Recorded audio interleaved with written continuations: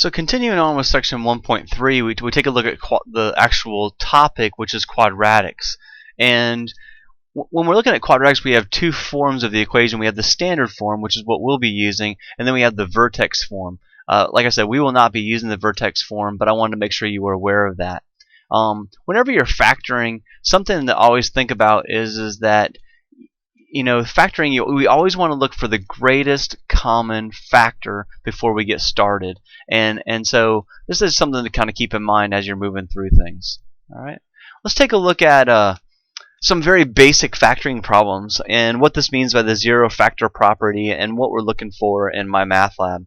So when we take a look at this first example here, what we want to look at is this is a situation where we want to factor this guy. So in a case where we don't have a leading coefficient, in a case like this, where we don't have an a value, guessing and checking is probably a pretty sufficient strategy. Sorry about that. Guessing and checking is probably a pretty sufficient strategy because basically, we're saying, okay, well, I've got v right here, I've got v right here. I've got to figure out like two numbers that multiply to give me 36, that add together to give me negative 13. So I start going through my factors of 36. And I'm like 1 and 36, 2 and 18, 3 and 12, let's see, 4 and 9, and 6 and 6. So it looks like 4 and 9, because if I did negative 4 and negative 9, then if I foiled that back together, if I did v times v, that would be v squared. And v times negative 9, that'd be negative 9v. And negative 4 times v, that'd be negative 4. And a negative times a negative would be a positive. And when I put that back together, I would get plus 36. And so bam, I'm back at where I started. So that means that these would be my factors. Well, that's not even what my math lab is looking for. We're not looking for the factors, we're looking for the zeros. So what the zero factor property says is that once you find your factors, once you know that your factors are such,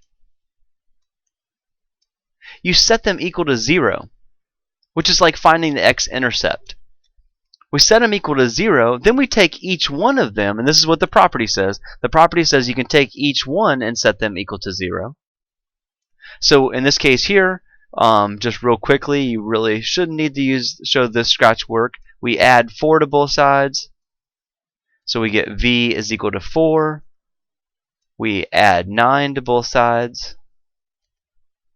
And so we get v is equal to 9. So my solution set in my math lab, what they're looking for would be 4, 9. Those are the x's.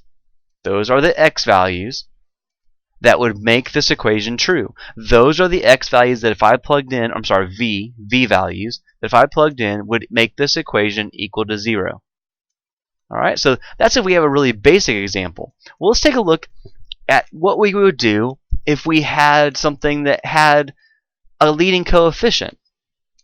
So in this case here, we take a look at this guy, and he has a leading coefficient of 2. Well, in this case here, with the leading coefficient of 2, what we have to understand is that we could guess and check our way to this problem. But I have a procedure, an algorithm that I like to use. It's called bottoms up. And so here's, if you want to stop and you take a look and copy this example down, but just hit pause on your video. You can copy this example down. Just real briefly, how this works is in bottoms up, we take the leading coefficient and the constant in the back, the a term and the c term, and we multiply them together. So that would be the product. We multiply them together, the product is negative 15. We go to the b term, which is found right there, and that number is our sum. So right here, the b term is our sum. So then, what we do is we list out the factors. So let's pull the calculator in for this. So in this case here, using that technique I showed you a moment ago, we would go to our y equals, we would take our product, which is negative 15, we would divide it by x, we would go to our table, so second graph. And this is our list of our factors. These are our numbers that, when multiplied together, give me 15. And so 1 and 15, 3 and 5. And this is a short list, so 5 and -3. So what our question is that we need two numbers that multiply to give me -15, but add to give me +2. So in this case here, we see that +5 and -3 would be our two numbers. See, so the cool part about this is I haven't guessed at anything yet. This has been very step by step. Step 1, product. Step 2, sum. Step 3, look for your factors. Step 4, take your factors and write them into the parentheses. Step 5 is why we call this bottoms up, because step 5, we take that leading coefficient, this 5 right here, we bring it down and we put it underneath our factors. Then we say to ourselves, bottoms up. Does 5 go into 1? Yes, it does. I'm sorry, does 5 go into 5? The answer is yes, it gives me 1. Does 5 go into 3? No. So since 5 doesn't go into 3, we move it out in front. And that gives us our factors. Now from there, we'd have to take that further and actually find our zeros, because those are just our factors. So let's go take a look at an example. So in the example that we have right here, we start off, and what I call it is I just do PSF, product, sum, factors. I take my 2 times my 22, that's equal to 44. I know that my -15 is my sum.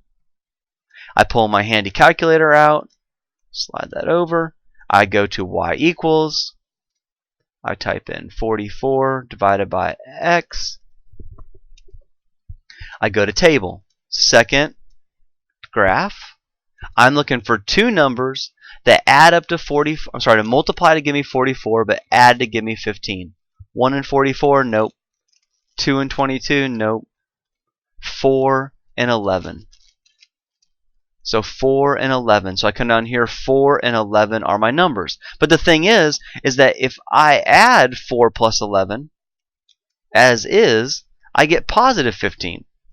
So the question is, will it need to be 4 plus 11? Will it need to be -4 plus 11? Will it need to be, let's see, let's not do that. Would it be +4 plus -11? Or would it be -4 plus -11? Like, what combination of positive and negatives do I need? And the answer is, I would need them both to be negative. So that would be -4, -4. Okay, next step, take my factors, come over here. I say m minus 4, m minus 11. Okay, the reason this is called bottoms up is because I take that leading coefficient and I put it underneath.